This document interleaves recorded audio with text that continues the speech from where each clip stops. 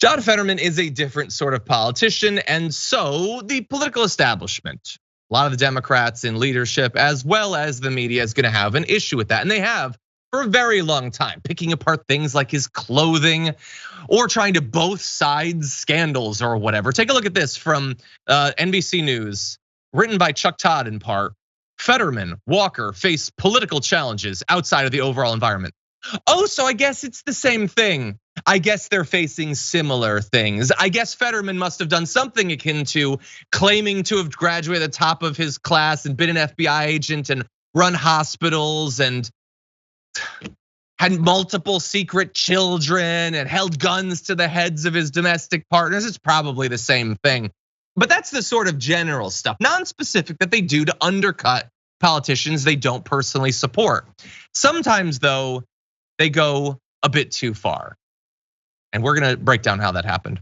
Ed O'Keefe is the CBS News senior White House and political correspondent. And he tweeted about a recent Fetterman interview, an important interview with top Senate contender. Will Pennsylvanians be comfortable with someone representing them who had to conduct a TV interview this way? What way, are you wondering? Well, John Fetterman, of course, is just a few months out from his stroke. He has auditory processing issues, and so he currently needs to use closed captioning to understand what people are saying. He reads it off the screen and understands perfectly well.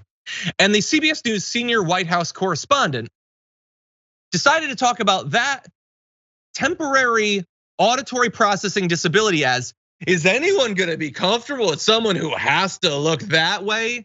Okay, well, why don't we show you a little bit of that interview and then we'll get into the other people who decided to dogpile on this topic. Take a look. I'll hear someone speaking, but sometimes I'll be able to be precise on what exactly that they're saying. I use captioning. His campaign required that he be allowed to use a transcription program on his computer during our interview. I always thought I was pretty empathetic, emphatic. I think I was very, empathetic.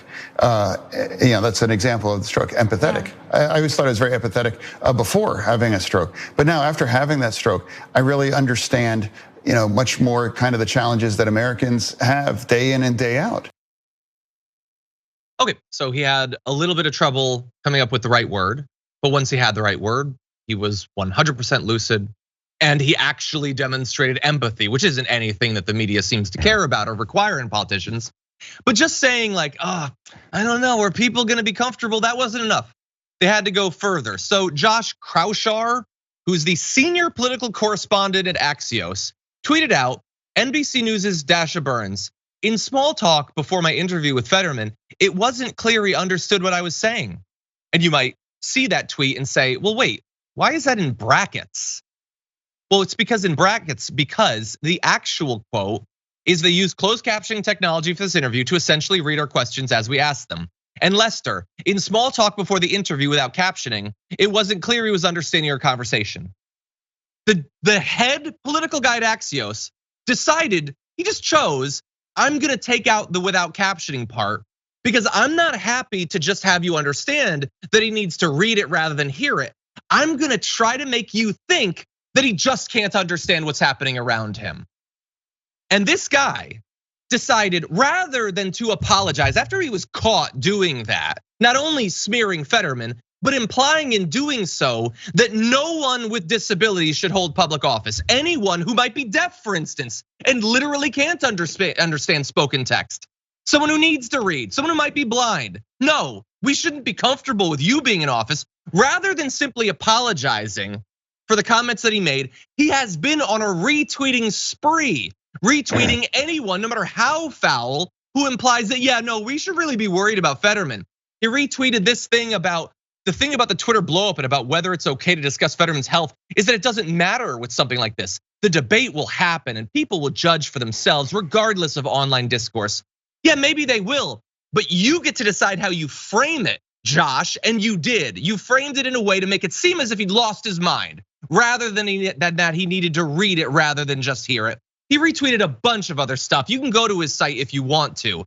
But this is how an outsider candidate is being approached by the media. When suffering from the sort of disability that affects literally millions of Americans, they're gonna imply that he's insane or that he's mentally incompetent.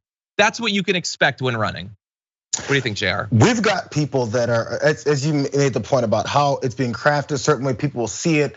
And because there's this weird, who knows if it's a partisan thing or if it's a matter of saying, I need to make it fair. That was the connection with the Herschel Walker thing and the Fetterman thing. They both got issues because they're afraid of maybe the criticism from people who said, our candidates all suck. Why are you guys over here praising these guys who aren't doing anything horrible?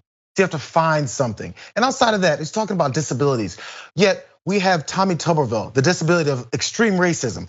Donald Trump, the same disability. We'll look at those things and go, can you believe he said that? Okay, moving on. Let's not ask more questions.